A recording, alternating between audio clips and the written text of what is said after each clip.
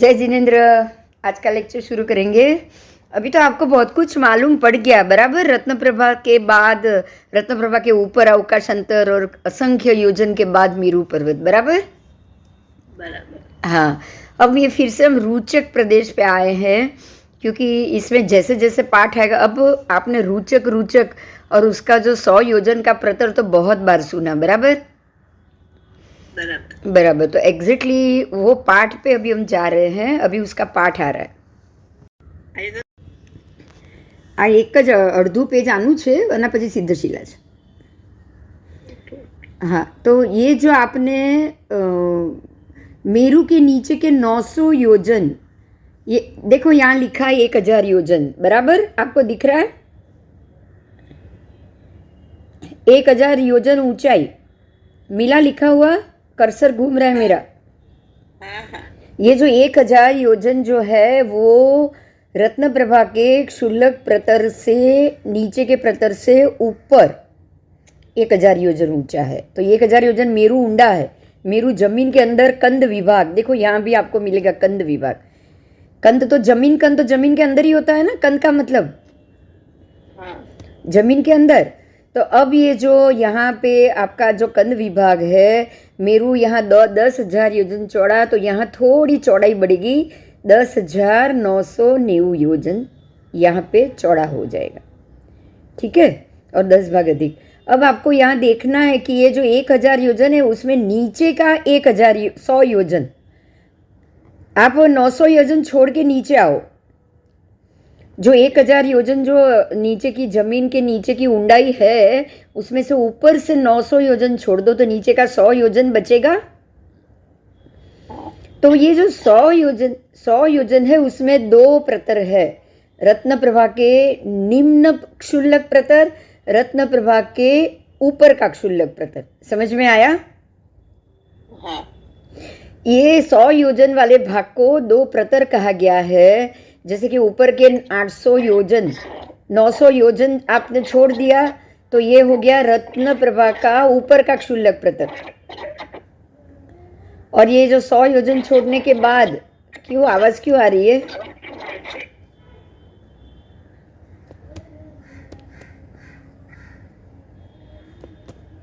मेरा एको हो रहा है मेरे हिसाब से। आओ चलो, ये जो नीचे का है वो है रत्नप्रभा का निम्न क्षुल्लक प्रतर, ठीक है। देखो यहाँ लिखा हुआ है रत्नप्रभा का निम्न क्षुल्लक। ऊपर का क्षुल्लक और निम्न क्षुल्लक ये दोनों एक है 900 योजन, ऊपर से आओ नीचे 900 योजन पे ऊपर का क्षुल्लक प्रतर रहेगा, और नीचे से 100 योजन ऊपर जाओगे तभी ये रत्नप्रभा का ऊपर का क्षुल्लक प्रतर आएगा। और बहुत ही बीच में बहुत पतली जगह सा छूटा हुआ है, और यहाँ पे ऊपर के क्षुल्लक प्रतर में 4, नीचे के क्षुल्लक प्रतर में 4। इस प्रकार से 8 रोचक प्रदेश, 8 रोचक प्रदेश आए हुए। समझ में आया?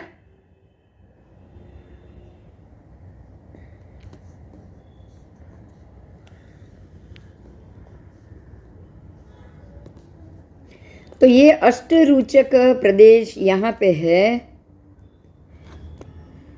यहाँ से 10 दिशा निकलेगी। कितनी? 10 दिशा, 10 दिक। तिर्यक दिशा तो है ही, लेकिन ये 10 दिक है। 10 दिशा, पूर्व पश्चिम उत्तर दक्षिण, अग्निकोण, नैऋत्य कोण, ईशान कोण, वायव्य कोण। और अब आएगा ऊर्ध्व दिशा, अधो दिशा, ऐसे कुल 10 दिशा निकली।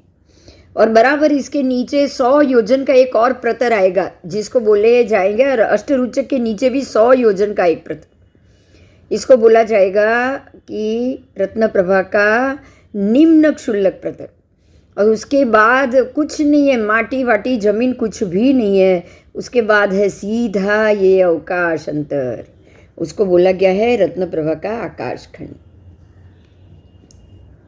ठीक है। आओ, उसके बाद असंख्य योजन रत्नप्रभा का आकाश खंड जाएगा। फिर आएगा रत्नप्रभा नारकी का घनवात, तनवात, घनोदधि, तनवात और घनवात। ये 3 चीज का प्रतर आएगा इसके ऊपर, बराबर। आओ, चलो अब ये जो जानना है हमको कि भाई पूरे लोक का मध्य भाग कहाँ है, पूरे 14 राजलोक का। तो इसके लिए हम ये बोलेंगे कि रत्नप्रभा पृथ्वी, उससे भी पहले ये एक पाठ है, अभी भी रत्नप्रभा नारकी ही चल रही है। रत्नप्रभा पृथ्वी दूसरी शर्करा प्रभा पृथ्वी की अपेक्षा से जाड़ाई में सबसे मोटी है। सर्व पृथ्वी से रत्नप्रभा पृथ्वी जाड़ाई में सबसे मोटी, क्योंकि बाकी सारे के एरिया कम है, इसका 1,80,000, इसलिए वो सबसे ज़्यादा मोटी है। चारों दिशाओं में लंबाई पौड़ाई में सर्वसे छोटी है, बराबर। लंबाई चौड़ाई में सबसे छोटी, लेकिन ऊंचाई में सबसे ज़्यादा। लोक का आयाम का मध्य भाग कहाँ है? देखो अब ये प्रश्न आया है, जो आपका 14 राजलोक की ऊंचाई है वो उसमें से लोक के आयाम का मध्य भाग कहाँ है? और ये है भगवती सूत्र के 13वें शतक में से 573वीं गाथा है ये, बराबर। कि रत्नप्रभा पृथ्वी के आकाश खंड, देखो यहाँ आपको शब्द मिला, इसलिए ये शब्द, ये चीज़ को वापस यहाँ ली गई है। आप पढ़ सकते हो, देखो आपको पढ़ाई दे रहा है।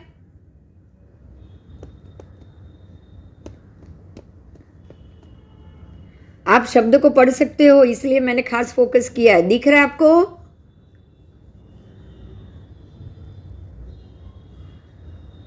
लोक के आयाम का मध्य भाग कहाँ है? तो इस रत्नप्रभा पृथ्वी के आकाश खंड के असंख्यात भाग उल्लंघन करने के बाद लोक के आयाम का मध्य भाग है। आओ, तो अब इसका आकाश खंड तो यही आया, आपको इसमें दिख रहा है। आओ देखो, ये मेरू के नीचे के 1000 योजन और ये अष्टरुचक जाने के बाद रत्नप्रभा का आकाश खंड है, बराबर बराबर। इसको कैसे समझोगे? क्योंकि ये प्रतर है रत्नप्रभा का क्षुल्लक ऊपर का प्रतर, उसके नीचे रत्नप्रभा का क्षुल्लक नीचे का प्रतर, तो यहां से ही रत्नप्रभा शुरू हो गई। अब रत्नप्रभा शुरू हो गई है तो रत्नप्रभा का ही आकाश खंड है ये आकाश खंड भी रत्नप्रभा का है।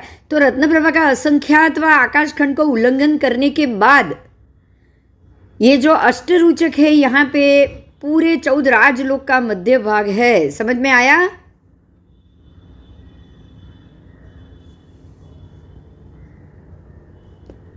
क्योंकि रत्नप्रभा से नीचे तो 7 नारकी है ही, अब रत्नप्रभा के ऊपर नीचे 7 रज्जू है और 7 नारकी है, तो तिर्यक लोक के ऊपर से ही ये शुरू होगा ना। आओ देखो, इसमें देखो, आप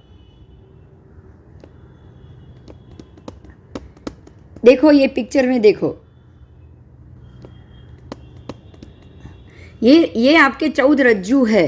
तो 14 रज्जू में से मध्य भाग कहाँ है? ये 14 राजलोक का मध्य भाग कहाँ आया? तो 14 राजलोक में से 14 राज और 7 तो नारकी आ गई, 7 राज की, हाँ या ना?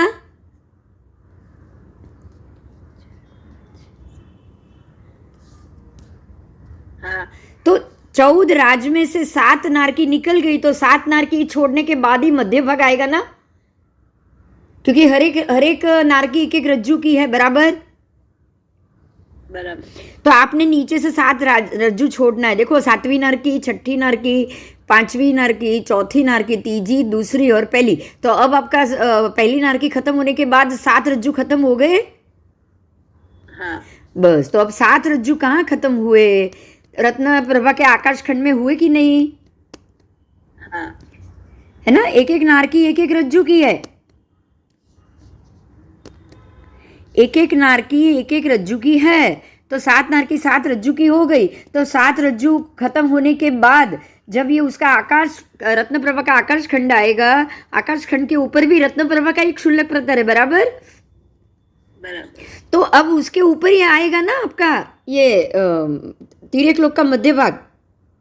हाँ, क्योंकि आकाश खंड को उल्लंघन करने के बाद बोला है, रत्नप्रभा नारकी के आकाश खंड को उल्लंघन करने के बाद 14 राजलोक का मध्य है, तो यहीं पे आएगा ना ऊपर। हाँ, क्लियर हुआ? हाँ, तिर्यक लोक का मध्य। आओ अब दूसरी बात करेंगे, अब जो जो मुद्दा दिया है उसको हम देखेंगे. શું? હા બોલ. હેલો, હા બોલ. ઉલ્લંઘન શબ્દ ઉલ્લંઘન એટલે ઓળંગવું. શું એટલે મતલબ સમજી? ઉલ્લંઘન એટલે ઓળંગવું. ઓળંગવું એને એને અગેન્સ્ટમાં જોયું. હા, એને ક્રોસ કરીને. હેલો, એને ક્રોસ કરીને. ક્રોસ કરવાનું. ઉલ્લંઘવું એટલે શું કરવું? આપણે કોઈ પણ વસ્તુને ક્રોસ કરીને જઈએ, ઉપરથી અંડોળીને જઈએ. હા, ઉમરો ઓળંગીને જઈએ. હા હા હા હા. કોણ ઓળંગી જાય? તમને 14 રાજલોક સાંભળ, કોઈ ઓળંગીને કોઈ જતું નથી. 14 રાજલોકનું મધ્ય ભાગ માંગ્યું છે. મારો અવાજ તને પહોંચતો નથી લાગતો? એ નેટનો પ્રોબ્લેમ છે. 14 રાજલોકનું મધ્ય ભાગ માંગ્યું તો હા બસ, તો 7 નારકી તો નીચે અડધી થઈ ગઈ કે નહીં? 14 રાજલોકનું મધ્ય ભાગ ક્યારે આવે? 7 નારકી, 7 રજ્જુ નીચે ને 7 રજ્જુ ઉપર. આ તો બરાબર.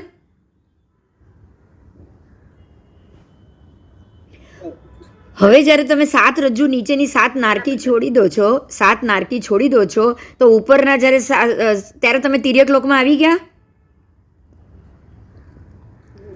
હવે તમે તિર્યક લોકમાં આવી ગયા એમ પૂછું છું. આવ્યા ને?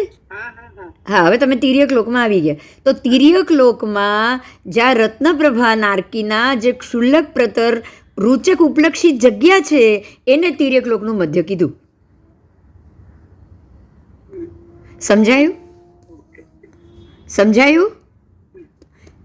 કારણ કે 7 નારકી નીચે, 7 રજ્જુ નીચે, તો 7 રજ્જુ ઉપર હોવી જોઈએ મધ્ય ભાગ માટે. 7 રજ્જુ નીચે તો 7 રજ્જુ ઉપર, એની વચ્ચે જ આવશે ને મધ્ય ભાગ તો. હા હા. તો મધ્ય ભાગ ક્યાં છે? 7 નારકીની ઉપર શું છે? રત્નપ્રભાના આકાશખંડની ઉપર તિર્યક લોકના જે 8 રૂચક પ્રદેશ છે એ મધ્ય ભાગ થયો ને. હા, આવો ચલ. જો હવે હું બોલું છું એ સાંભળજો. हे भगवान, प्रश्न है, हे भगवान, लोक की लंबाई का मध्य भाग कहाँ है? लोक की लंबाई, जो 14 राजलोक लंबा है ना, वो लंबाई हो गई.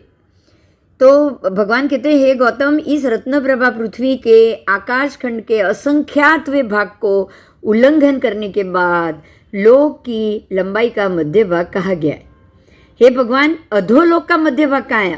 अब गौतम स्वामी ने दूसरा क्वेश्चन किया, अधोलोक का मध्य भाग कहाँ है? तो अधोलोक में तो 7 नारकी है, बराबर. तो 7 नारकी में से ही मध्य भाग आएगा ना. तो 7 में से 3.5 पे आना चाहिए. एक इमेजिन करो, 3.5 पे आना चाहिए.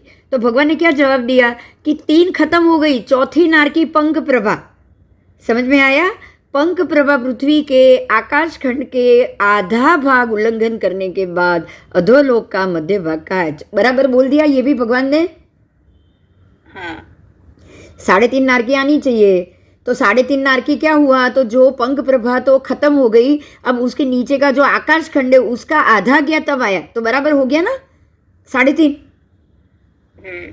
क्योंकि चौथी नारकी तो शुरू हो गई है ना. हाँ, आओ.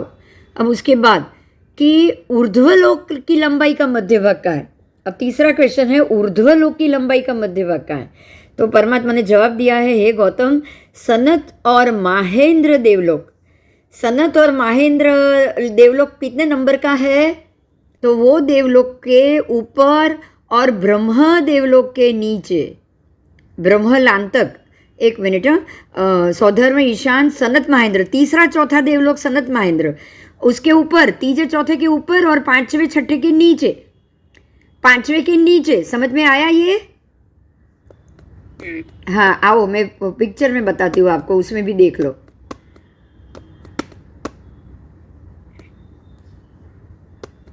आओ इसमें आओ, देखो ये है आपका तिर्यक लोक. अब तिर्यक लोक के बाद ये पहला, दूसरा, तीसरा, चौथा. तो तीसरे चौथे के ऊपर और इसके नीचे तीसरे चौथे के ऊपर और पांचवें छठे के नीचे। देखो यहाँ पे आया है ऊर्ध्वलोक का मध्य भाग।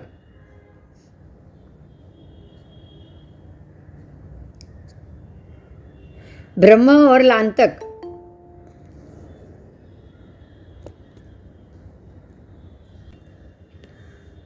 सौधर्म, ईशान, सनत, महेंद्र, ये 4 देवलोक हुए। तो सौधर्म, ईशान, सनत, महेंद्र, उसके बाद है ब्रह्म लांतक। तो ब्रह्मलोक के नीचे, ब्रह्मलोक के नीचे है ऊर्ध्व का मध्य भाग, ऊर्ध्वलोक का मध्य भाग। मतलब ये हो गया कि ऊपर की जगह तो बहुत छोटी है। अगर ये पहले दूसरे तीसरे चौथे ये 4 देवलोक अगर ऐसे आए ना, तो यहाँ पे या तो ये यहाँ पहला दूसरा होना चाहिए या तीसरा चौथा होना चाहिए, और फिर 5वें के नीचे आए तो ब्रह्मलोक का मध्य हुआ, ऊर्ध्वलोक का। बराबर पौड़ी के भाग में ही आएगा ना उसका मध्य। तो ये भी देवलोक की व्यवस्था ठीक नहीं है, क्योंकि परमात्मा की बात को तो हमें सही माननी है। देखो ये पहला दूसरा तीसरा चौथा ये एक ही जगह पे नहीं होगा। पहला दूसरा यहाँ होगा एक रज्जू में, तीसरा चौथा दूसरे रज्जू में, और फिर 5वां, 6ठा, 7वां, 8वां ऐसे जाएगा। तो यहाँ पे कुछ अलग होगा, क्योंकि ये जो कह रहे हैं कि चौथे के ऊपर और 5वें के नीचे जो अगर मध्य भाग है ना, तो यहाँ पे होना चाहिए, यहाँ पे नहीं होना चाहिए। समझ में आ रहा है? ये 1 2 3 4 अगर यहाँ आ गया ना, तो यहाँ पे आ गया, तो ये तो ऊर्ध्वलोक का मध्य भाग हुआ ही नहीं, ये तो बहुत कम हुआ जगह। मैं बोल रही हूँ, समझ में आ रहा है सबको? ऊर्ध्वलोक का मध्य भाग, ये आकृति के हिसाब से तो ये सही नहीं हो रहा है।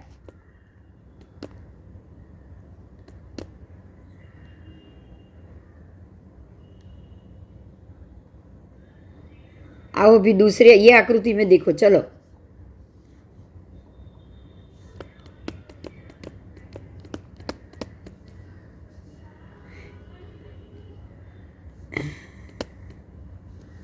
आओ देखो, इसमें भी यहाँ पहला दूसरा तीसरा चौथा एक ही में दे दिया है, और ये 5वां 6ठा, तो 5वें के नीचे, तो यहाँ पे कहाँ से मध्य भाग हो सकता है? बोलो, पॉसिबल है?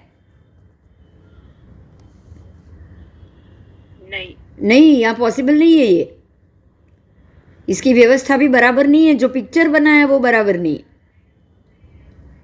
लेकिन परमात्मा का जवाब एकदम परफेक्ट है, इसमें कोई गलती नहीं है। बराबर? ये बात बराबर? हाँ। तो यहाँ कैसा होना चाहिए? यहाँ पहला दूसरा होना चाहिए, ये तीसरा चौथा होना चाहिए, यहाँ 5 6 7 8 होना चाहिए। समझ में आ रहा है? तो यहाँ पे ये मध्य भाग आ सकता है, ये जगह, लेकिन यहाँ पे नहीं आ सकता। अब आपको धीरे धीरे समझ में आ रहा है कि ये सारी आकृति में भी जवाब नहीं मिल रहा है। बोलो, मिला आपको? नहीं मिला। आओ,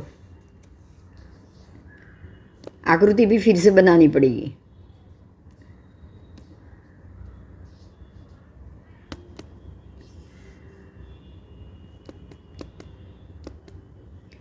अब ये जवाब मैं चेक करती हूँ कहाँ से है। आओ देखो, ये जवाब है भगवती सूत्र 13वां शतक और 573वीं गाथा। यहाँ लिखा है स्पष्ट से कि हे भगवान, ऊर्ध्वलोक की लंबाई का मध्य भाग कहाँ है? तो सनत महेंद्र देवलोक के ऊपर और ब्रह्म देवलोक के नीचे रिष्ट नाम के तीसरे प्रतर में यहाँ ऊर्ध्वलोक के आयाम का मध्य भाग कहाँ है? तो ये तो ऊपर की आकृति गलत है, ये बात तो कन्फर्म है। अब आओ फिर से, तिर्यक लोक के आयाम का मध्य भाग कहाँ है? देखो, भगवान को पूछा गया है कि तिर्यक लोक के आयाम का मध्य भाग कहाँ है? हे गौतम, जम्बू द्वीप के मेरू पर्वत के बराबर मध्य भाग विषय और रत्न प्रभा पृथ्वी के ऊपर और नीचे ऐसे 2 क्षुल्लक प्रतर, 2 प्रतर है, शूद्र ऐसे 2 प्रतर है। देखो, ये आपने पढ़ लिया। आओ, मेरू के नीचे और रत्न प्रभा के ऊपर ये यहाँ पे आ गए दो क्षुल्लक प्रतर मेरु के नीचे, और ये रत्नप्रभा नारकी और उसके आकाश खंड के ऊपर, बराबर बराबर। बराबर। अच्छा, खाली इतना नहीं, और क्या लिखा है वो भी चेक करो। तिर्यक लोक का आयाम का मध्य भाग कहाँ है? हे गौतम, जम्बू द्वीप में मेरू पर्वत के बराबर मध्य भाग के विषय इस रत्न प्रभा पृथ्वी के ऊपर और नीचे ऐसे क्षुद्र दो प्रतर है, उसको लेकर तिर्यक लोक के मध्य भाग रूप 8 प्रदेश का रूचक कहा है। देखो यहाँ और भी बताया है, ये रत्न प्रभा पृथ्वी का ऊपर का क्षुल्लक प्रतर और नीचे के क्षुल्लक प्रतर है, बराबर उसको लेकर उसके बीच में तिर्यक लोक के मध्य भाग रूप 8 प्रदेश रूचक है, जहाँ से 10 दिशा निकलती है। ये तिर्यक लोक का मध्य भाग है। बात समझ में आई? हाँ हाँ, देखो, बहुत ही तीनों चीज स्पष्ट कर दी है। क्या क्या स्पष्ट किया है बोलो, कोई बोलेगा? आप लोग बोलो तो मुझे भी पता चले, जजमेंट लो, ताकि मालूम पड़े कि हाँ इसमें कितना सही है और क्या बात। बोलो कोई। હવે છે મધ્ય લોક વચ્ચે સેન્ટર પાર્ટ। हाँ, 7 नार की नीचे चली गई, मतलब आधा तो यहीं पे हो गया ना पोर्शन, हाँ, आधा पोर्शन तो यहीं पे हो गया, क्योंकि यहाँ से तो रत्नप्रभा का क्षुल्लक प्रतर शुरू हो चुका है। रत्नप्रभा का क्षुल्लक प्रतर शुरू हो चुका है और रत्नप्रभा अधोलोक है, ये बात कंफर्म। हाँ, रत्नप्रभा को तिर्यक लोक में नहीं बोल सकेंगे हम, क्योंकि वो अधोलोक है। 7 नारकी अधोलोक है, बराबर। हाँ, हाँ, अच्छा, अब उसके बाद ये अष्टरूचक प्रदेश जहां से शुरू हो रहा है, वहीं से ही तिर्यक लोक का मध्य बोला।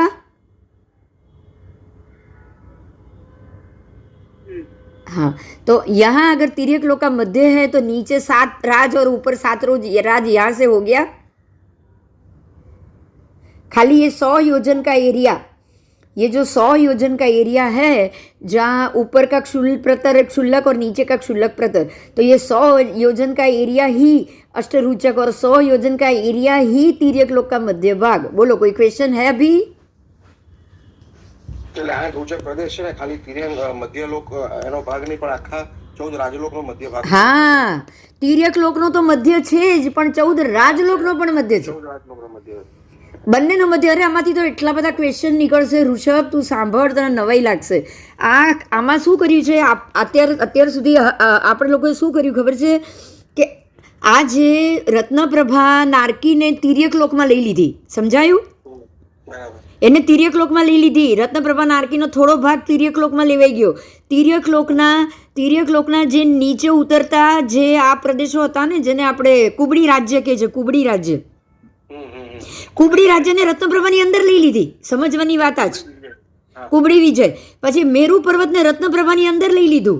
જ્યારે ભગવાનના ચોખ્ખા શબ્દો છે કે તિર્યક લોક જુદો છે, અધોલોક જુદો છે, ઉર્ધ્વલોક જુદો છે. સમજાય છે હવે વાત? હવે અચ્છા, અધોલોકનો ક્ષેત્ર કેટલો, હવે એ પણ પાઠ આવશે. હું અત્યારે બોલી જાઉં છું, મુદ્દો નીકળ્યો, પાછો પાઠ આવે ત્યારે ફરીથી બોલીશ.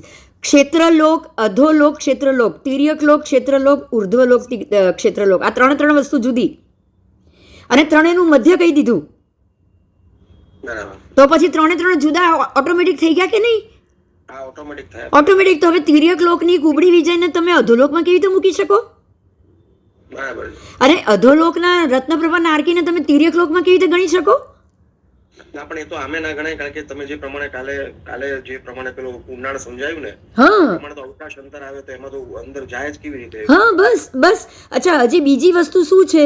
હજી એક મહત્વનો મુદ્દો. આ લોકોએ અધોલોકનું મધ્ય છે ને રત્નપ્રભાના આખી નારકી ઉપર જતી રહી. સાંભળજે, કારણ કે એ લોકોએ તો આકાશખંડ નીચે રાખ્યો છે, ઉપર રાખ્યો નથી. તો આકાશખંડના અને ઓળંગીને મધ્ય ભાગ કીધો અધોલોકનો.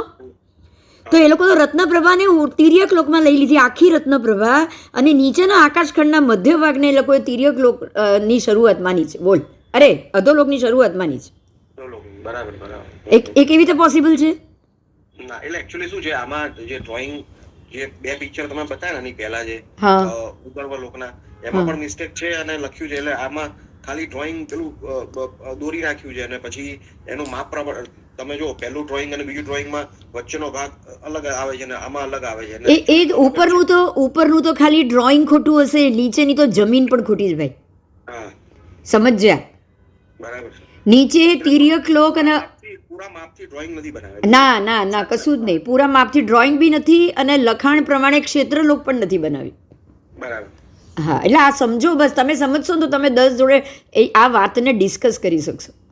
બરાબર बराबर? बराबर, राइट राइट. हाँ हाँ. तो अब अभी हमको क्या करना है, अधोलोक अलग है, ऊर्ध्वलोक अलग है, तिर्यक लोक अलग है. देखो अब ये है ऊर्ध्वलोक का पिक्चर.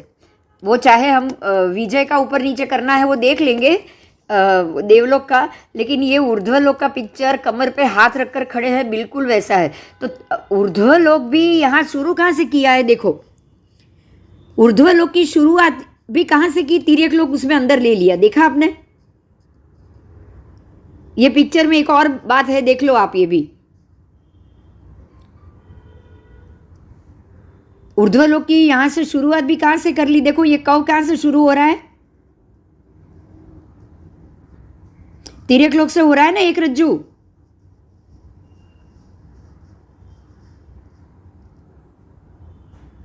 ऊर्ध्वलोक की शुरुआत कहाँ से होगी, ये रज्जू छोड़ने के बाद होगी. कहाँ से होगी बोलो? हाँ तिर्यक लोक का एक रज्जू छोड़ देना पड़ेगा, उसके बाद होगी ऊर्ध्वलोक की शुरुआत. तिर्यक लोक और ऊर्ध्वलोक को अलग करना पड़ेगा कि नहीं करना पड़ेगा, ये बताओ पहले. करना पड़ेगा. और ये जो टर्निंग है ना, टर्निंग उसकी भी गाथा आएगी, उसको भी हम पढ़ेंगे बाद में, ये टर्निंग की. पर ये तिर्यक लोक और ऊर्ध्वलोक दोनों को अलग करना पड़ेगा. हाँ करना. और यहाँ से ऊपर तक 7 रज्जू चाहिए. तिर्यक लोक से ऊपर तक 7 रज्जू, एक रज्जू तिर्यक लोक, बराबर. 7 नारकी नीचे चली गई, 8वां रज्जू है तिर्यक लोक. हाँ फिर 9वें रज्जू में सौधर्म ईशान 2 ही देवलोक आएंगे. कितने? 2. उसके बाद सनत महेंद्र वो 2 आएंगे 10वें रज्जू में, बराबर. फिर 11वें रज्जू में 4 आएंगे, 1 2 3 4 5 6 7 8. 12वें रज्जू में और 4, 10 9 10 11 12. समझ में आया? इस प्रकार से ये आकृति जाएगी. और 13वें रज्जू में 9 ग्रीवेयक आएगा ना. और 14वें रज्जू में 5 अनुत्तर विमान, सिद्ध शिला. बस 14 रज्जू पूरे हो गए. समझ में आया? देखो अगर आप ऐसे करोगे ना, अब ध्यान दो, आपका ऊर्ध्वलोक कहाँ से शुरू हुआ, 9वें रज्जू से हुआ. तो 9 से 10, 10 से 11, 11 से 12, 12 से 13, 13 से 14, तो टोटल 5 रज्जू ऊपर हुए ऊर्ध्वलोक का. अब 5 रज्जू में से 2.5 रज्जू पे आधा आएगा, बराबर. 2.5 पे आधा आएगा. सुनो, तो एक रज्जू में तो पहला दूसरा, दूसरे रज्जू में तीसरा चौथा. समझ में आया? तो अभी 2.5 में मतलब ब्रह्म के नीचे और इसके ऊपर, तो यहाँ पे ही आएगा ना 2.5. 2.5 तो ये ब्रह्म के पास ही आएगा, बराबर.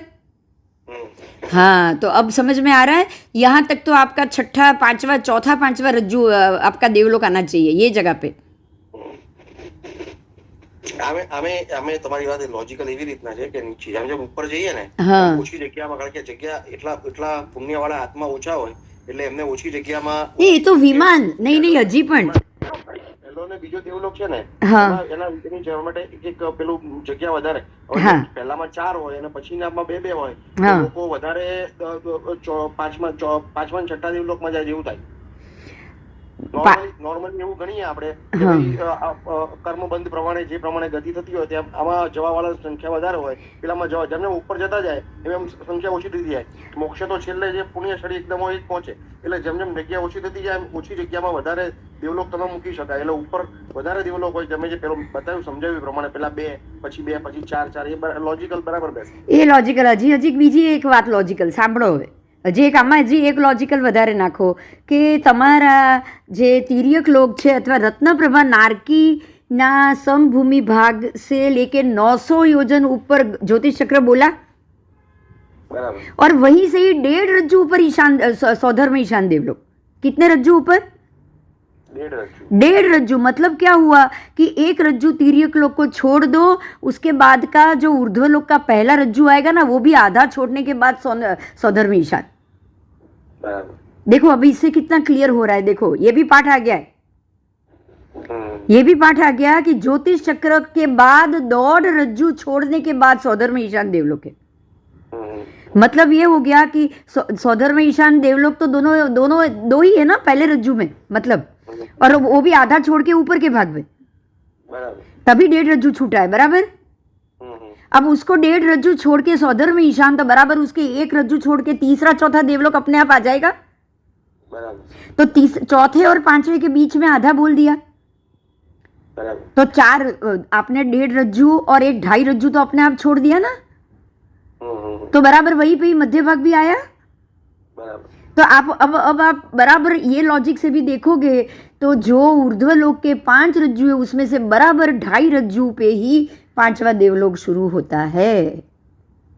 और ये आपकी गिनती से जाओ तो ज्योतिष चक्र के बाद 1.5 रज्जू छोड़ के सौधर में ईशान, उसके बाद एक रज्जू और छोड़ो तो तीसरा चौथा देवलोक, मतलब 2.5 रज्जू तक तो 4 देवलोक ही आ रहा है, अपने आप आ गया। 2.5 रज्जू के बाद 5वां देवलोक अपने आप आ गया, बराबर। और चौथे पूरा होने के बाद ही आपका ऊर्ध्व लोक का आधा है, तो अपने आप पूरा हिसाब आ गया, बराबर। बराबर। अब इस हिसाब से ये आकृति बनानी पड़ी है ना। આપણી પાસે એવી કોઈ આકૃતિ છે જેમાં તમે કીધું એ પ્રમાણે? ના ના બનાવવી પડશે, છે જ નહીં આજુ તું આ તું જો આ આકૃતિમાં એવું નથી, કોઈ ગ્રંથમાં કે કોઈ એમાં મળે? ના ના આ બધી ગ્રંથની જ છે, આપણી બનાવેલી નથી, એમાંય નથી। આપણો સંગ્રહણી રચનાની આની છે, પણ બીજી કોઈ એવા કોઈ ગ્રંથમાં અથવા એવા કોઈ આપણી પાસે પુસ્તક છે કે જેમાં એ પ્રમાણેનું કોઈ આકૃતિ? એ છે ને જૂના આગમો અથવા જૂની પ્રતોમાં શોધવી પડશે। આપણે પણ શું કરવું પડશે ખબર છે, જૂનામાં શોધવું પડશે। એવું બને કે પાછળથી જે લોકોએ આકૃતિ બના, જો હવે આમાં જો એક વસ્તુ આમાં તમે કહો છો ને એવી કોઈક આકૃતિમાં બહુ પહેલા જોયેલી છે, હા ક્યાં જોઈ છે કે કેવી રીતે જોઈ છે મને ખબર નથી, બરાબર। પણ અલગ ડિઝાઇન મેં જોઈ હતી ખરી અને યાદ પણ હતી, એટલે કારણ કે આમાં અલગ મને સમજાતું હતું કે આમાં કંઈક ભૂલ થઈ લાગે, હા કરીને પછી મેં એને પેલું ડિસ્કાર્ડ કે ભાઈ આપણે કંઈ કામનું નથી આમ। હા બરાબર બરાબર। એટલે હવે આપણે એવી બનાવવી જ પડશે એ રીતની, કોઈ બીજો રસ્તો જ નથી એમ। બરાબર। એટલે પહેલો બીજો અને ત્રીજો ચોથો દેવલોક અલગ કરવો પડશે। હવે જો અહીંયા તમે જોઈ શકો છો, જો આ આકૃતિ જુઓ, આને તમે તિર્યક લોક, આ નીચે 7 રજ્જુ આવી ગઈ, 7 નારકી, પછી આ 8મું રજ્જુ છે એ આ તિર્યક લોક, બરાબર। પછી 9મા રજ્જુમાં દેખો સનત મહેન્દ્ર, તો બરાબર તમારા જ્યોતિષ ચક્રથી આ એક રજ્જુ અને આનો અડધો રજ્જુ છોડીને સૌધર્મ ઈશાન આવશે ઉપરના ભાગમાં, તો બરાબર આ એક રજ્જુ અને બીજો અડધો એટલે 1.5 રજ્જુ એ સૌધર્મ દેવલોક આવ્યો। હા હવે એના પછી તમે અહીંયા આવો તો આ સમજો કે આ એક રજ્જુ આ 2 રજ્જુ નીકળી ગયા, હવે આ ત્રીજા રજ્જુમાં તમારો ત્રીજો ચોથો દેવલોક આવશે, ત્રીજા ચોથા, અને આ રજ્જુ છોડ્યા પછી તમારું મધ્ય ભાગ આવશે, રાઈટ। એટલે બરાબર અહીંયા મધ્ય ભાગ આવશે, તો જ્યારે આ છોડીને આમાં મધ્ય ભાગ આવે તો આ ઉર્ધ્વ લોકના કેટલામો ભાગ આવ્યો, હવે તમે ગણો તો સૌધર્મ ઈશાને પહેલું રજ્જુ, પછી સનત મહેન્દ્ર બીજો રજ્જુ, અને ત્રીજા રજ્જુના નીચે ત્રીજો શરૂ થાય એની નીચે એટલે અડધા યોજન અડધા રજ્જુ પછી ત્રીજો બી ચાલુ થશે, રાઈટ। અડધા રજ્જુ સુધી તો બધામાં આકાશખંડ જ પડેલા છે, એટલે તમારા 2.5 રજ્જુ એ અહીંયા બરાબર મધ્ય ભાગ અને એના ઉપર 2.5 રજ્જુ એ બાકીના દેવલોક। એટલે અત્યારે તો આ રીતની ગણિતથી આખો તમારો પાઠ ક્લિયર થાય છે, બરાબર। ચાલો હવે આગળ, હવે આપણે પાછું ઓલું રાઇટિંગ જ લઈ લઈએ, કારણ કે આ રાઇટિંગમાંથી જ બધા જવાબ, આપણે તો મૂળ ગાથાથી જ જવાબો ટેલી કરવાના જ, આપણે આપણી જાતે કોઈ ડિઝાઇન નથી બનાવવાની, બરાબર ને। આપણને મૂળ પાઠ શું કે છે એના ઉપરથી બનાવવાનું છે, રાઈટ। હા હા આવો હવે આપણે મૂળ પાઠ પર આવીએ.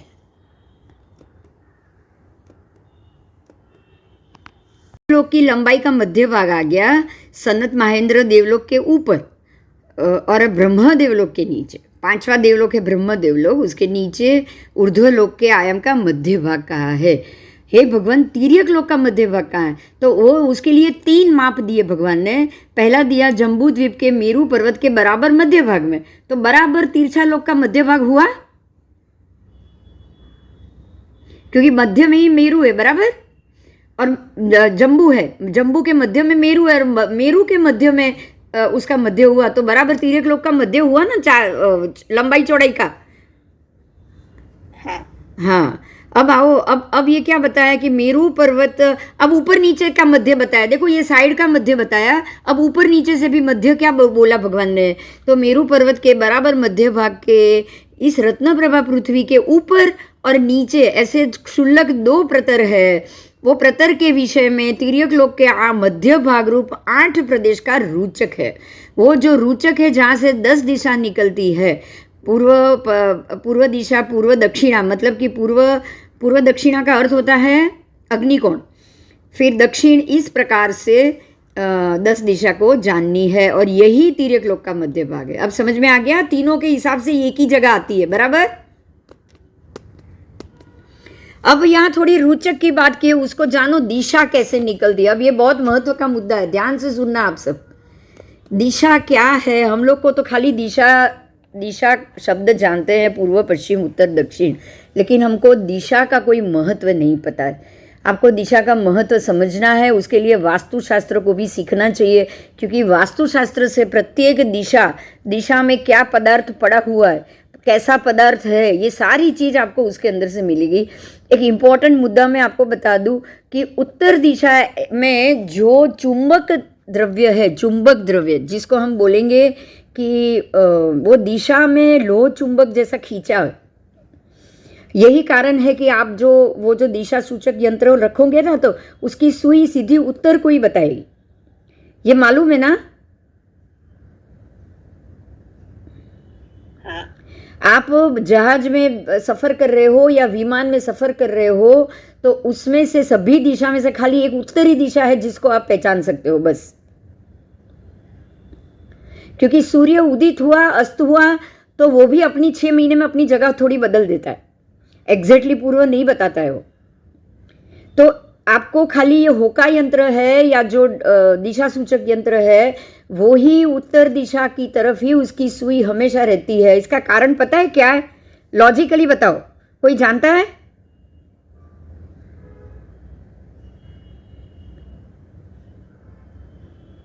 किसी को मालूम है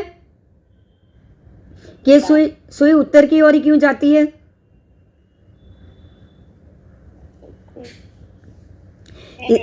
हाँ, नहीं, એનું કારણ સમજાવું. સાંભળો. कोई सरफेस, ये तो ऊंचाई है, ये ढलान तो है ही नहीं. आपको देखो हर जगह, आप जम्बू द्वीप के हर एक जगह दक्षिण नीचाई है सब जगह, और उत्तर ऊंचाई पे. आपको समझना ये है कि उत्तर ध्रुव तारा, आप जानते हो ना, ये तो उत्तर ध्रुव का तारा हमेशा उत्तर में ही रहेगा, और बाकी सारे तारे खींच सकते हैं. ये स्थिर तारा, ये कौन सा तारा है? ये ध्रुव तारा स्थिर तारा है. और शास्त्र में भी ये बताया गया है, निषद पर्वत के ऊपर ये उत्तर ध्रुव का तारा है जो स्थिर तारा है.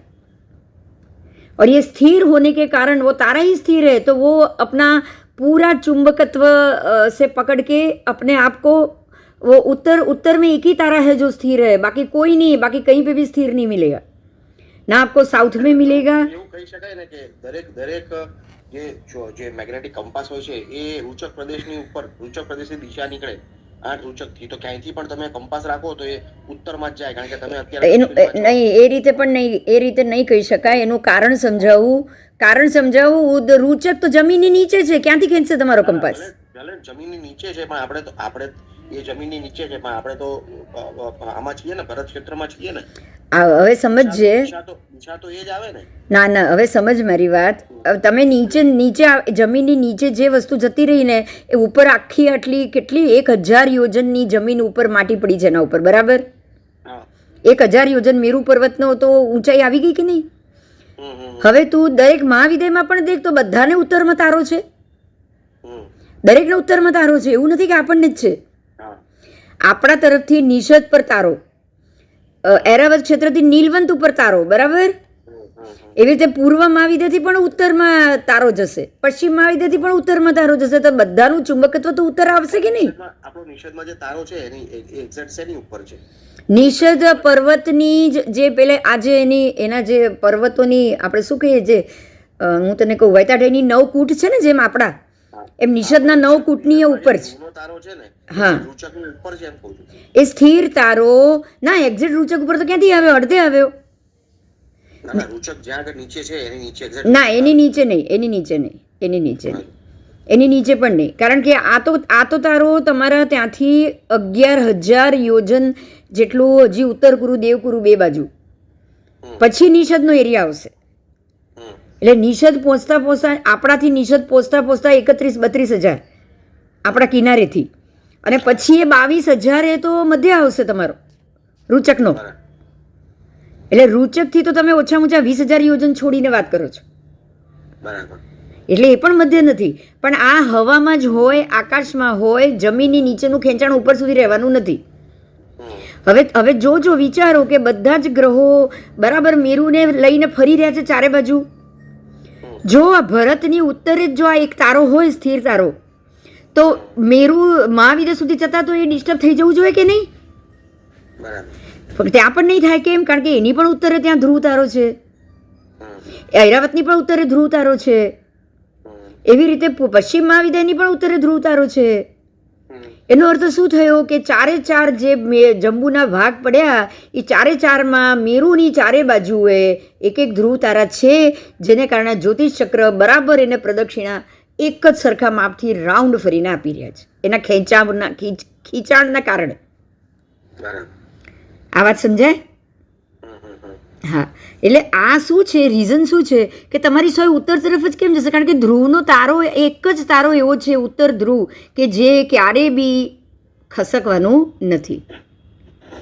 તારો ખસવાનો જ નથી, બાકી બધી જગ્યાએ ખસે છે. આ એક જ ધ્રુવ છે જે ખસતો નથી.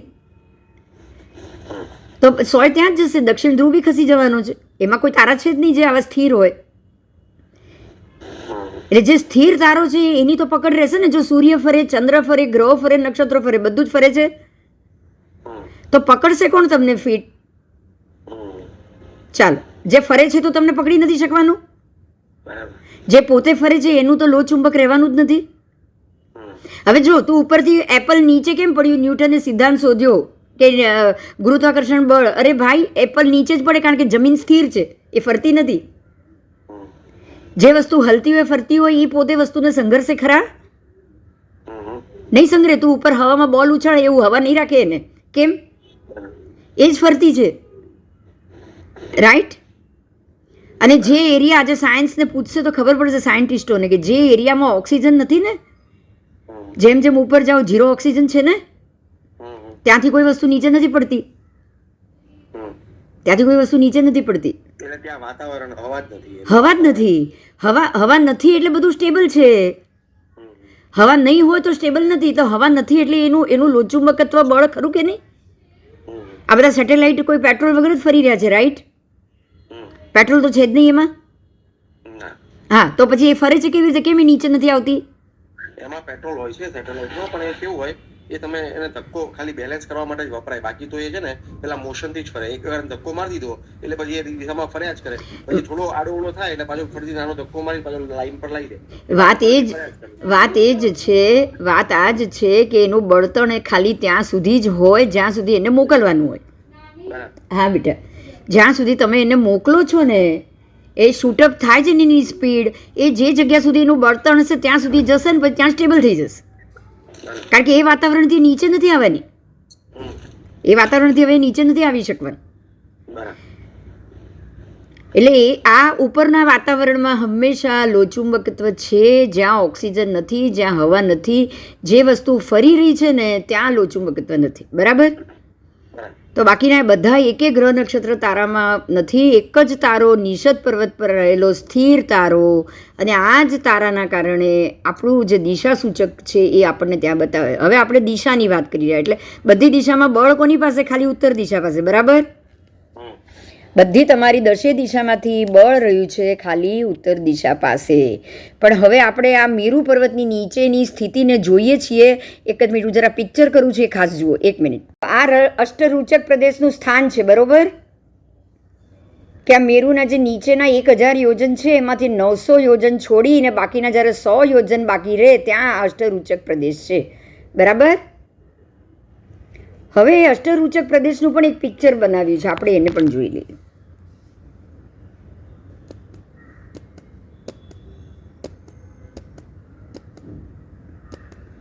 જુઓ, જણાયું? આ બરાબર વચ્ચેના ભાગમાં અષ્ટરૂચક છે. એટલે આ એરિયા ખાલી 100 જ યોજનનો છે ઊંચાઈમાં. નીચેથી એની ઊંચાઈ ખાલી 100 યોજનની જ છે. એ 100 યોજનમાં આ કેટલા સુધીનો એરિયા થશે? બોલો. આ દિશા આ બાજુ ક્યાં સુધી જશે? એક રજ્જુ. હા, એક રજ્જુ. એક રજ્જુ. અડધો રજ્જુ, કારણ કે વચમાં છે. હા, વચમાં છે, પણ એક રજ્જુ પણ નહીં, અલોકમાં પણ દિશા જાય છે. અચ્છા. હા, દિશા અલોકમાં પણ જાય છે. લોક સુધી સીધી અલોકમાં વિખરાયેલી તૂટેલી મોતીની માળાની જેમ લોક સુધી દિશા એકદમ સીધી સીધી સીધી સીધી જશે. સ્ટ્રેટ આખી મોતીની માળા. આપણી ગાડાના ઊંધની જેવી. કેવી રીતે? પેલું ગાડાનું બળદ બાંધે ઊંધ હોય ને, આખું લાકડું સીધું. એવી રીતે અહીંયાથી સ્ટાર્ટ થયું તો આખું સીધું હળનું લાકડું સમજો. આખું અહીંથી સીધી સીધી સીધી સીધી આ દિશા ગઈ. વિદિશા પણ આ સીધી સીધી સીધી ગઈ. અહીંયાથી આ દિશા બધી 8 દિશા સીધી ગઈ. ઉર્ધ્વ પણ સીધી ગઈ, અધો પણ સીધી ગઈ. સમજાયું? પણ આ સીધી ક્યાં સુધી? તો કે એક રજ્જુ સુધી. આટલો ગોળ એરિયા એક રજ્જુ પૂરો થઈ ગયો તમારો. 10 દિશાનો એક રજ્જુનો એરિયા પૂરો થઈ ગયો. તો આમ એક રજ્જુ ગયા પછી અલોક ચાલુ થયું એટલે અહીંયાથી આમાં વિખેરાઈ જશે. કેવી રીતે થશે? બધી બહાર વિખેરાઈ જશે. અને ઉપર ક્યાં સુધી જશે દિશા? 7 રજ્જુ સુધી. ઉપરની દિશા ઉર્ધ્વ દિશા 7 રજ્જુ સુધી. અને જેવું 7 રજ્જુ બહાર નીકળશે ક્રોસ કરીને એટલે પાછી ત્યાં પણ વિખેરાઈ જશે. એવી રીતે નીચે 7 નરક પૃથ્વી સુધી, 7મી નરક પૃથ્વી પછી એ પણ વિખેરાઈ જશે. સમજાયું? લોકાંત સુધી આ દિશા સીધી જશે, લોકાંત પછી આખી વિખેરાઈ જશે. તો હવે આપણે એ સમજવાનું છે કે આ દિશા મેરુની નીચેથી નીકળે છે. સમજાય છે? આ મેરુની નીચેનો ભાગ છે. આટલો 1000 યોજન ઊંચું છે, પછી મેરુ ઉપર આવ્યો, પણ આ 1000 યોજન આમ નીચે ઉતરી જશે ને સ્લોપમાં.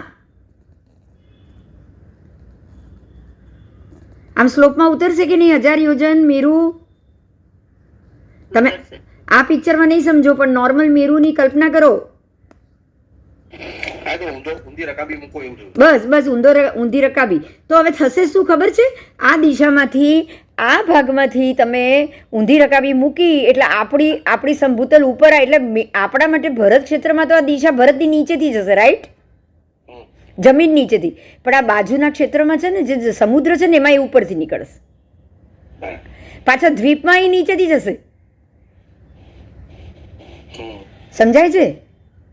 ના, એ સમજાયું નહીં. સમુદ્રમાં ઉપરથી જાય ત્યારે પછીના દ્વીપમાં ઉપરથી જાય. કારણ કે એ દ્વીપ બી 1000 યોજન ઊંચો ચડશે ને. એ કેમ ચડશે? નીચે જ જશે બધું. દ્વીપ તો 1000 ઊંચો જ જવાનો. દ્વીપ તો 1000 ઊંચો જ જવાનો. કોઈ પણ દ્વીપ 0 થી 1000 ઊંચો થશે. બધા જ દ્વીપો. એટલે એવી રીતના એટલે પછી આગળ જશે એમ પછી નીચે જશે. હા, એ દ્વીપ ક્રોસ કરીને સમુદ્ર આવે એટલે સમુદ્રની ઉપરથી પાછો દ્વીપ આવશે એટલે દ્વીપની નીચેથી જશે. સમજાય? દરેક દ્વીપમાં નીચેથી જશે, દરેક સમુદ્રમાં એ ઉપરથી જશે. પણ એવું કેટલા દ્વીપ સુધી ચાલશે? અસંખ્ય. બધા દ્વીપ ક્રોસ. કારણ કે લોકના તો સ્વયંભૂ રમણ સમુદ્ર સુધી તો દિશા રહેવાની જ છે. દિશા રહેવાની છે પણ નીચેથી જશે કે ઉપરથી જશે એની? હવે સમુદ્રમાં બધે ઉપરથી અને બાકી નીચેથી. દ્વીપો તો બધા જ ઊંચા ચડેલા છે. દ્વીપનો મતલબ જ કે જમીન કરતા ઊંચાઈ, ઊંધી રકાબી. હા, તો એટલું.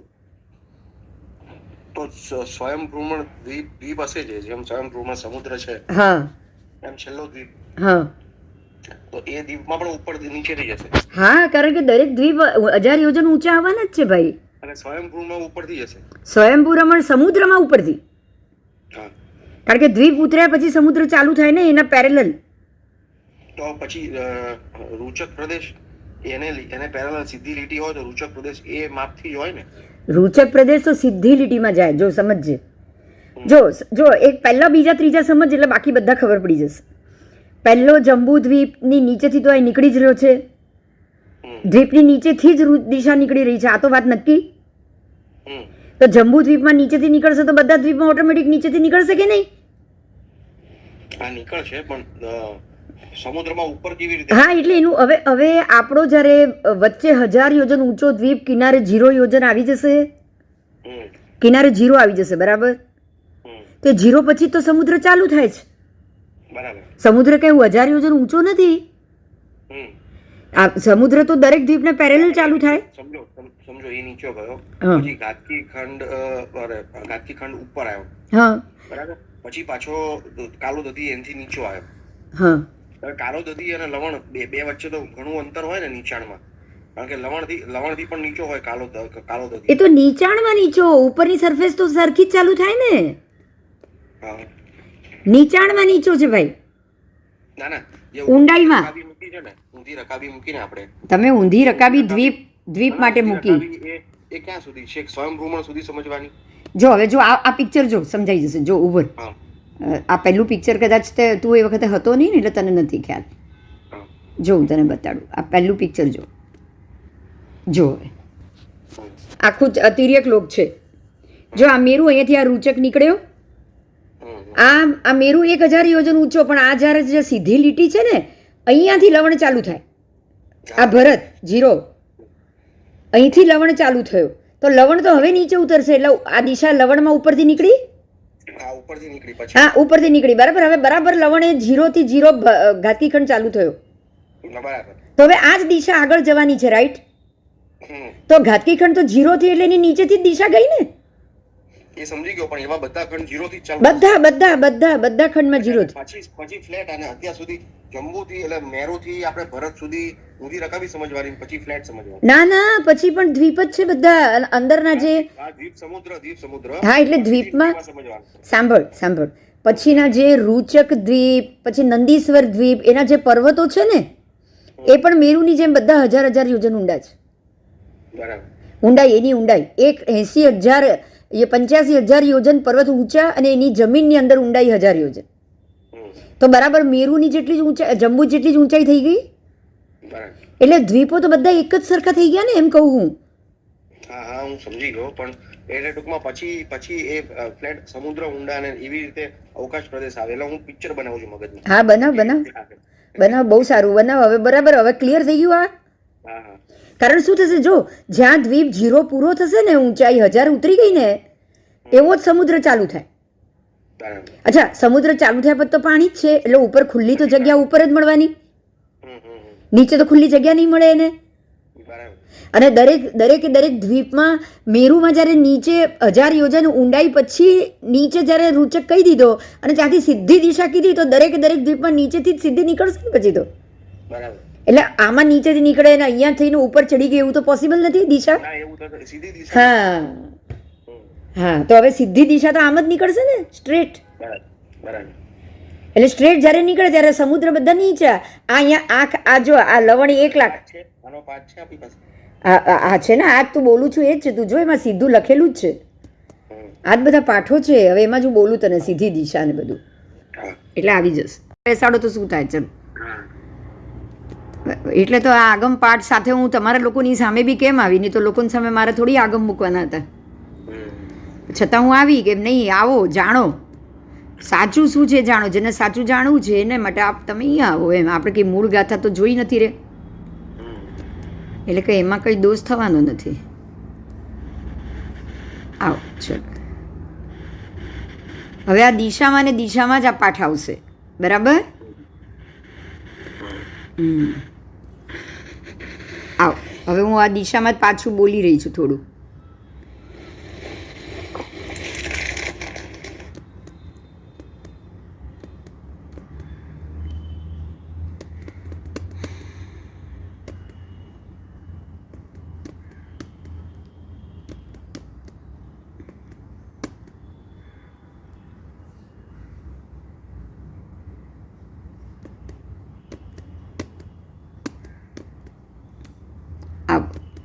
હવે રૂચકની ગોઠવણ પણ કંઈ અલગ રીતની છે. 8 રૂચક એક સાથ જગ્યાએ, કોઈક જગ્યાએ 2 છે દિશામાં, કોઈક જગ્યાએ 1 છે. આપણે એ પણ ભણીશું. આગળ જોઈએ. એન્દ્રી દિશા કીધી છે, શબ્દ સાંભળજો. હા, શાસ્ત્રમાં એન્દ્રી એટલે પૂર્વ દિશા, બરાબર? એન્દ્રી એટલે પૂર્વ દિશા. આમાં શાસ્ત્રમાં દરેક પૂર્વ, પશ્ચિમ, ઉત્તર, દક્ષિણ નામ નથી, એના નામ જુદા છે. આગમમાં એના નામ જુદા છે. તો એન્દ્રી દિશાની આદિમાં શું છે અને એ દિશા ક્યાંથી નીકળે છે? જો ધ્યાન દો, દિશા ક્યાંથી નીકળે છે. હવે દિશા તમારે આખી નથી ગણવાની, કારણ કે આખી ગણશો તો બંને એક જ દિશા થઈ જશે. બરાબર વચ્ચેથી તિર્યક લોકના મધ્યથી દિશા ગણવાની છે, રાઈટ? અષ્ટરૂચકથી દિશા ગણવાની છે. એટલે તમે આખી સીધી એક જ દિશા ગણી શકો ખરા?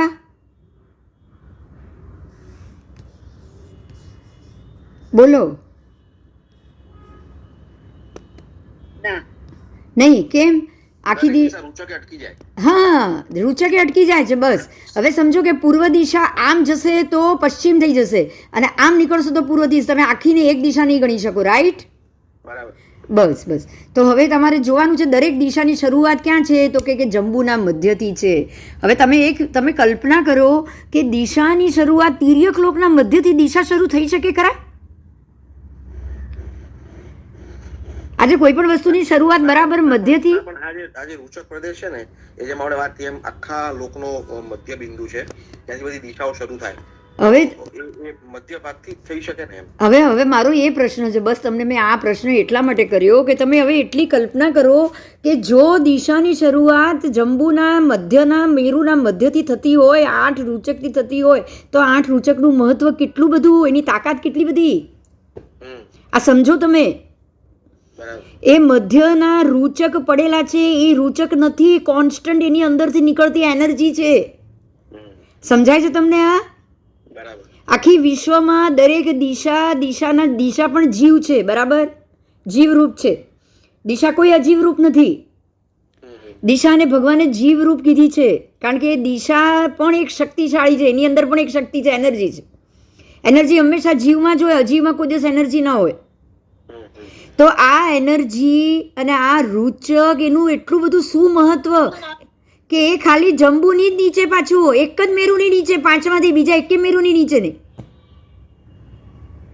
સમજવાનું આ છે કે આ જે 8 રૂચક પ્રદેશો છે એ ખાલી જંબુ દ્વીપના મેરુની નીચે જ છે, બીજા એકે મેરુની નીચે નથી. એનું ઇમ્પોર્ટન્સ શું? અવાજ આવે છે મારો? રૂચક પ્રદેશનું કેટલું બધું મહત્વ છે પહેલા એમ વિચારો. હા કે ના? ને તો અડધેથી દિશા શરૂ થાય. આ એક એવા પ્રકારનું સ્ફટિક રત્ન છે, સમજાય છે? આ હવે સમજો કે મેરુને કેમ આટલો રત્નવાળો કીધો, મેરુને કેમ શક્તિશાળી કીધો, સમજાય છે આ વાતને? હવે કારણ કે મેરુની નાભીમાં જ શક્તિ પડી છે. ક્યાં પડી છે? આ શક્તિનું સ્થાન ક્યાં છે? મેરુની નાભી છે કે નહીં? હા કે ના? હા, મેરુની નાભીમાં જ શક્તિ છે, અને આ શક્તિનું સ્થાન છે. આવો, જેમ જેમ આગળ આવશે ને એમ આપણે ભણતા જશું મુદ્દાઓ. ચલો, હવે આ દિશા એ શું છે, તો કે એન્દ્રી પૂર્વની આદિમાં શું છે, ક્યાંથી નીકળે, એની આદિમાં કેટલા પ્રદેશની ઉત્તરોત્તર વૃદ્ધિ થાય છે, અને તે કેટલા પ્રદેશની છે, એનો અંત ક્યાં છે, અને એનો આકાર કેવો છે. આટલા એક સાથે ક્વેશ્ચન પૂછ્યા જ ગૌતમ સ્વામીએ. તો તો એ દિશા માટેનો એક ક્વેશ્ચન નથી, દિશા માટે બી 8 ક્વેશ્ચન છે. તો હવે સમજો ભગવાન શું કહે છે, હે ગૌતમ, ઐન્દ્રી દિશામાં રૂચક છે અને ઐન્દ્રી દિશા રૂચક થકી નીકળે છે અને આ ઐન્દ્રી દિશાની આદિમાં 2 પ્રદેશ છે અને આ 2 પ્રદેશોની ઉત્તરોત્તર આગળ વૃદ્ધિ થતી જાય છે. સમજાયું આટલું? 4 લાઈન સમજાય? હા. હવે મને છે ને જરાક આજે થોડું કામ છે, મને એમ છે કે આપણે અહીંયા અટકાવીએ, કારણ કે આ રૂચક પ્રદેશનું મહત્વ પાછું બીજા એપિસોડમાં થોડું જતું રહેશે. ચાલશે? કલાક તો થઈ ગયો છે આઈ થિંક. ચાલશે. હા, કારણ કે 15 મિનિટમાં કદાચ હું વહેલું, આજ મેં વહેલું કર્યું છે, હું વહેલું બંધ કરી દઈશ ને તો પણ ટોપિક પૂરો નથી થવાનો. ચાલશે. હા, આજે જરાક મને સવા 4 જરા બહાર જવાનું છે એટલે મને થોડીક 15 મિનિટ જોઈતી. હા, તો આપણે કાલે કરીએ, કારણ કે આખી હવે શું થશે, કાલે આખી અષ્ટરૂચક એની દિશા ને એના ઉપર જ આખો ટોપિક જશે.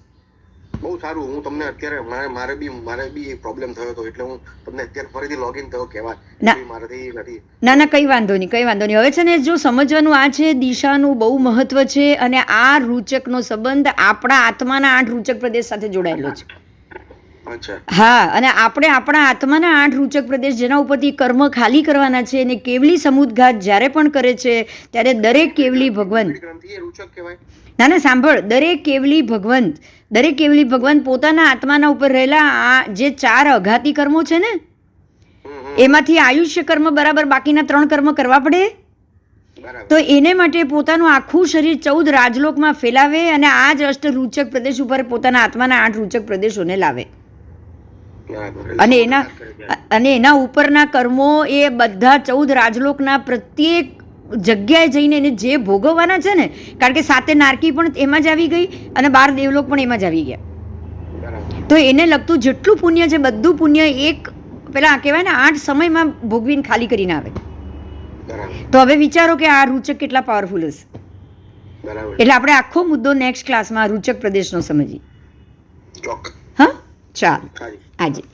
ચલો, જય જીનેન્દ્ર. હવે નેક્સ્ટ ક્લાસમાં એટલે કાલે આવજો. હું કન્ટિન્યુ એટલે જ લઉં છું કે તમારાથી આ મુદ્દામાં એક પણ દિવસ ખાલી પડે નહીં અને ભૂલ ના થાય. હા, એટલે હું કન્ટિન્યુ હમણાં લઈ જ રહી છું. 2-3 દિવસ આપણો આખો આ મુદ્દો ચાલશે ત્યાં સુધી કન્ટિન્યુ જશું. ચાલો. જય जिनेंद्र. जय जिनेंद्र. आज का लेक्चर पूरा हो रहा है. कल फिर से रूचक प्रदेश के ऊपर हम पाठ करेंगे. जय जी.